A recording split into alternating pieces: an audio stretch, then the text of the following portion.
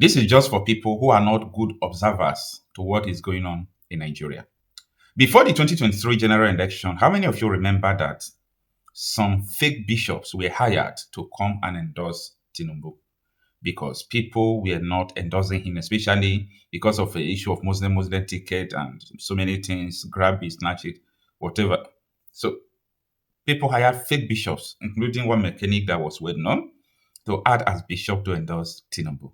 Now, this is 2027 approaching. The real bishop went to visit and probe them. Catch and don't pause. Everywhere probe them. Presidency is now accusing Cardinal Lainka that he is not supposed to disclose the meeting or the business they transacted with the president when they met him at Aso Rock. Is that supposed to be so? Is that how things supposed to be? You see, the fear of genuineness, the fear of originality, and the fear of reality is always causing trouble in Nigeria. Once you are real, once you are saying the truth, once you are direct to the point, you'll be a target. It will become a problem. Anybody who comes out and you are speaking the truth, you are not on their side. You are gone. So, what is the issue that bishops visited you and they told you the truth, the way it is? You disagree with them. And after they left your presidency, your spokespersons, they started, ranting their mouths against bishops. Bishops are not your mate, including you, president. Bishops are not your mate. You will be there 4 years, you will leave. Or 8 years, you will not be there. So sending someone like Bayo Nandoga, Dainebwanda to start talking to Catholic bishops anyhow is useless. It doesn't make sense at all. Anybody who is advising you wrongly. I understand the people that are around you, but they are advising you wrongly. And not only that, let's also talk about the people who are actually carrying out these things. The persons of Bayo Nanoga and Dainebwanda. Let me repeat this. Where is Femi Adesina? When Buhari's administration was sending Femi Adesina, go to national televisions, ask the Yoruba people, ask Igbo people to release land to give Fulani people so that they can do ranching, they can do ruga, they can do this. They were looking for a place to give these people who are killing us, the terrorists. Femi Adesina have the guts to come to national television to tell everybody that it is someone who is alive that have land to choose between your land and your life. People should be very careful. People should be very careful. You see this life? It turns up and down.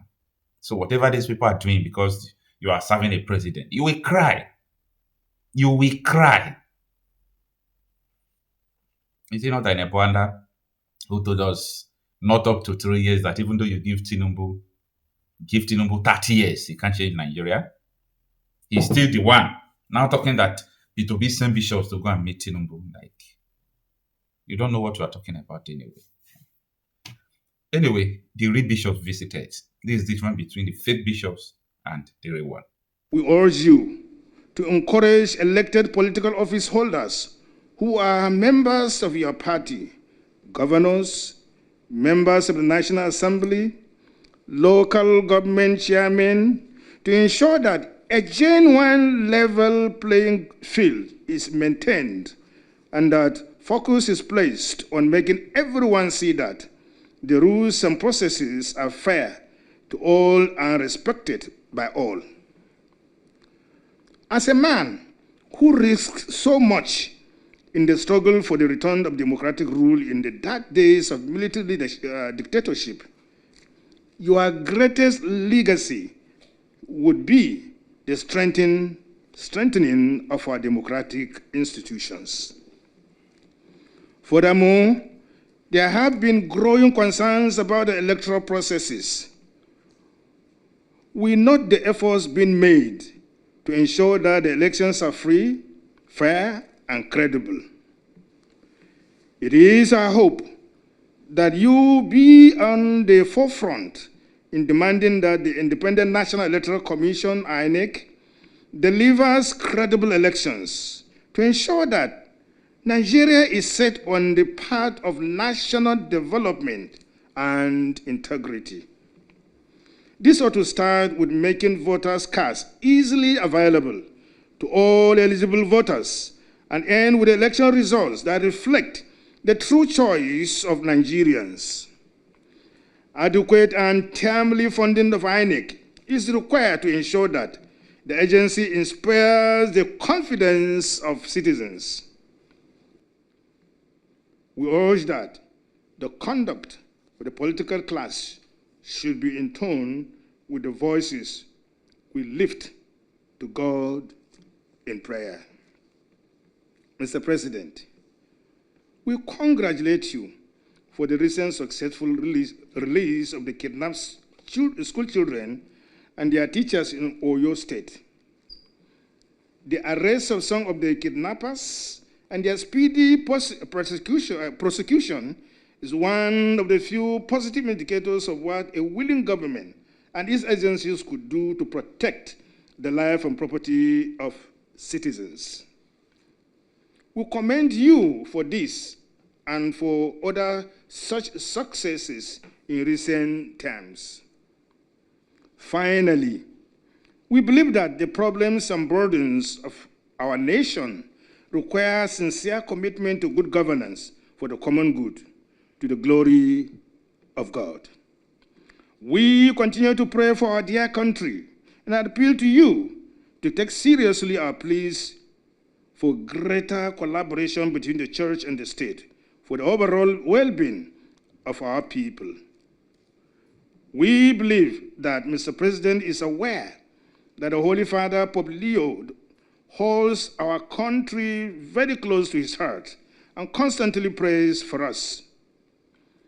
During our visit to him in March this year, he was quite enthusiastic about a visit to Nigeria on a date in the future. As you know, sir, that will only happen if you invite him. We request that this be done soon. Our land and its people will benefit immensely from his presence and blessings. Number 9, 2 particular requests. Mr. President, we respectfully place 2 specific requests before Your Excellency. First, we ask that Your Excellency give favorable consideration to the request on the return of mission schools to their original proprietors. We recall that this matter was raised during our meeting with you last year, and we remain hopeful that your government will take the necessary steps towards its implementation. Second, in the light of the Supreme Court judgment of 10 February 2026, affirming the constitutional right of Muslim students at Rivers State University to freedom of religion and worship, we respectfully request that Your Excellency direct the appropriate ministries, departments, and agencies of government to ensure that this same constitutional principle is faithfully implemented throughout the Federation. Once again, we thank you very sincerely for granting us this audience. We pray that the Almighty and merciful God may grant you the wisdom and strength to lead our nation and all its citizens towards that greatness that God has destined for us. Thank you so very much, Mr. President. To address your points, I've listened carefully. Most importantly, your key area is security or quality of life. I can tell you categorically, now with sincerity, that the country has been placed on sound footing. Sound footing. The economy has recovered. The alarm for bankruptcy, the dark tunnel of uncertainty, that we entered into when I came in has changed. The spirit of the people and the economic tunnel that we've been passing through is now clearer. The economy is recovered and safe from bankruptcy. Yes, I always say, because of my background, the profession, and the belief that I inherit the asset and liability of my predecessor. I so did. And I've been running with it. But this government has stabilized, and there's prosperity on the horizon. The quality of life is improving. Our founding fathers did their best. They left us a nation, and we owe it to our generations yet unborn to build a nation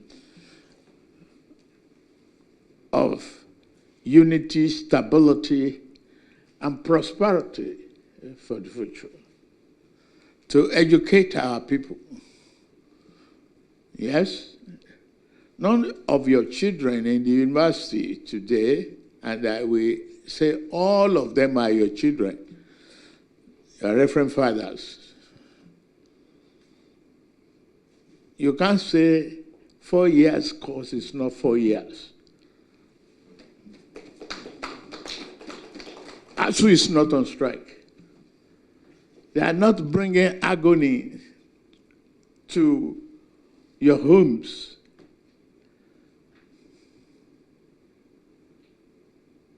Is that not an answer to our prayers? To me, that's an answer.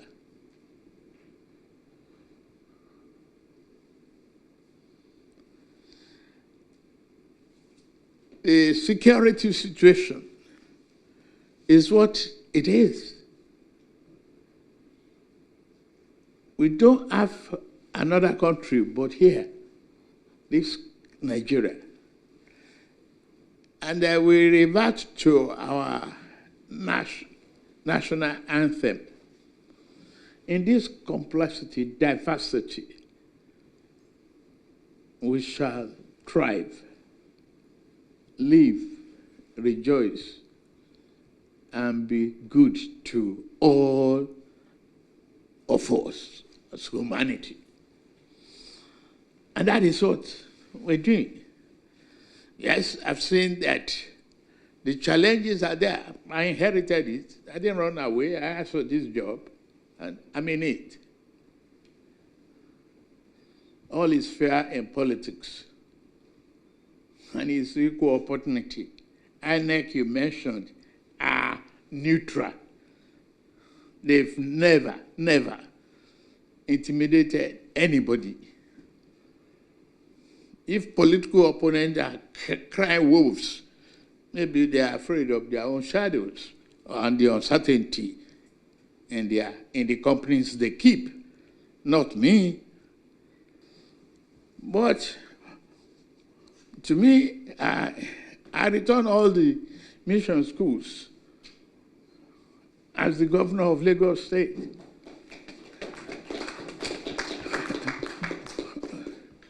One of you,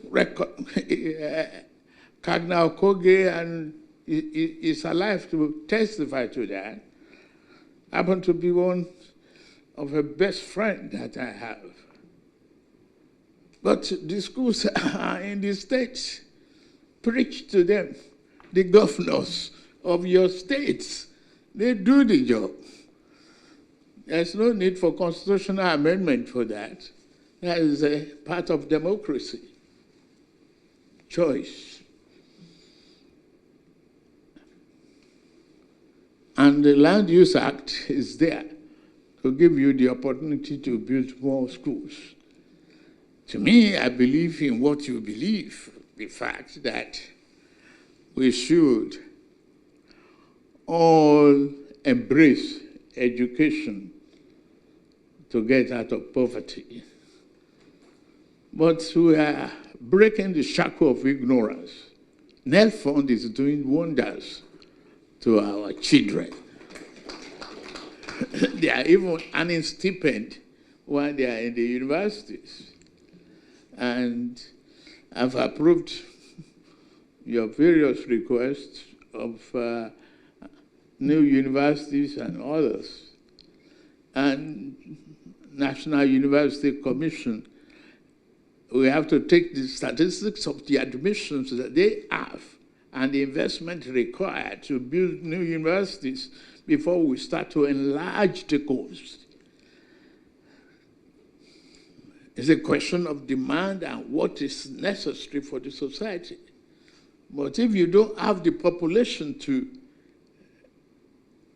establish the institution, we shouldn't just leave the door open to her. And we look at that.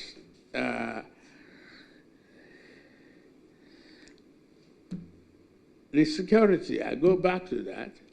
I've just approved the expansion of the Nigerian Army and the armed forces. You know, I don't run away from what I inherited. I inherited the challenges. Am I doing something about it? Yes. I can tell you I'm doing something about it. And there will be resources to equip them, build new barracks, build stations, arm them, and defeat terrorism. And it should go as part of your sermons. We all must fight terrorism together. We have that responsibility to our nation and to our society. And I won't deviate from our national anthem.